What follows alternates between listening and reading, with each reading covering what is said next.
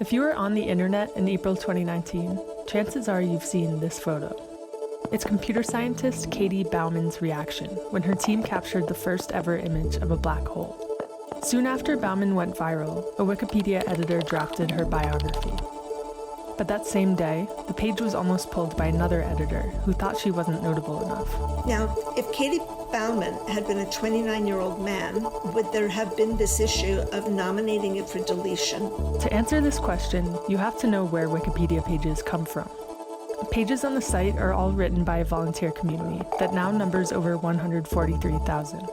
Anyone can write a draft page, but other editors then need to decide what to do with it. We work towards reaching consensus, either supporting to keep it, to merge it into another article, or to delete it. Katie Bauman's story is not an isolated incident. Less than 1 in 5 biographies on Wikipedia feature women, and one study found that they have to be relatively more notable than men who make the cut. There's even a Wikipedia page about gender bias on Wikipedia. Rosie Stevenson Goodnight has been editing Wikipedia for almost 15 years. And you would see a sea of men's names and a few women's names here and there. She's written over 5,000 articles, including 1,500 biographies of women. I think that makes me pretty much a veteran. She didn't have hard data on the gender gap until 2014, when a report found that women made up just 15.53% of biographies on the site. 2 months later, another Wikipedia editor reached out from Scotland. Together, they formed a group for editors of all genders called Women in Red. On Wikipedia, the red link leads to nothing. We call Women in Red after these red links, women who are missing articles. In less than 6 years, they've turned over 17,000 of these links blue. So why were they red in the first place? One of the early policies was regarding notability. In order for an article to be greenlit, it has to pass a test. Is there significant coverage of this topic in secondary sources? Are these sources reliable? Are they independent of the subject? It's important to note that this policy does serve a purpose. Because sometimes people will approach you, oh, I want a Wikipedia page, what do you want it for? It's my girlfriend, it's her birthday. Wikipedia doesn't have time for that. The problem is, history has made it much more difficult for marginalized people to be considered notable by this criteria.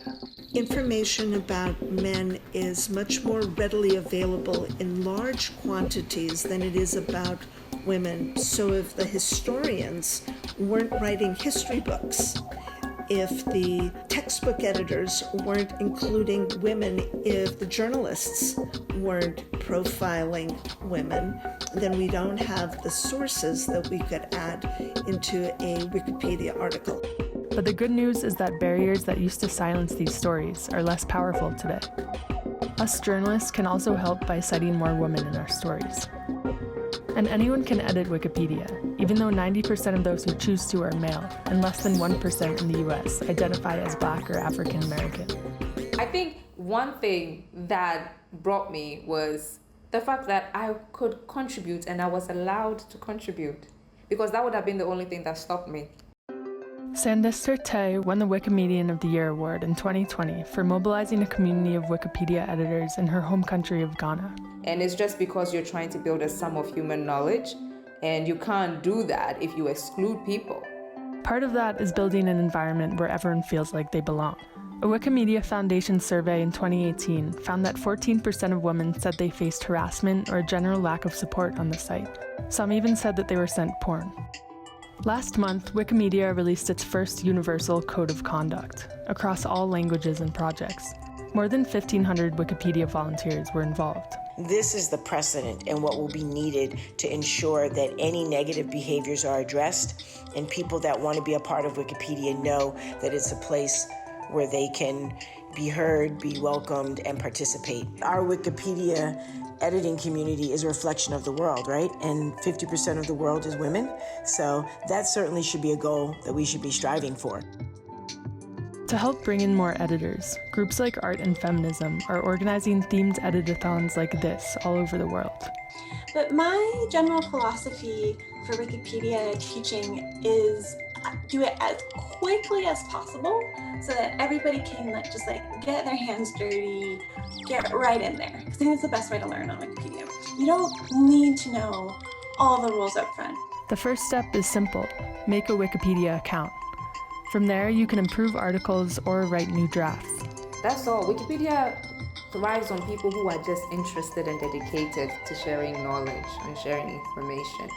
People who have time on their hands to see that something is tilted and they want to straighten it. People who see that, oh, there's a typo here.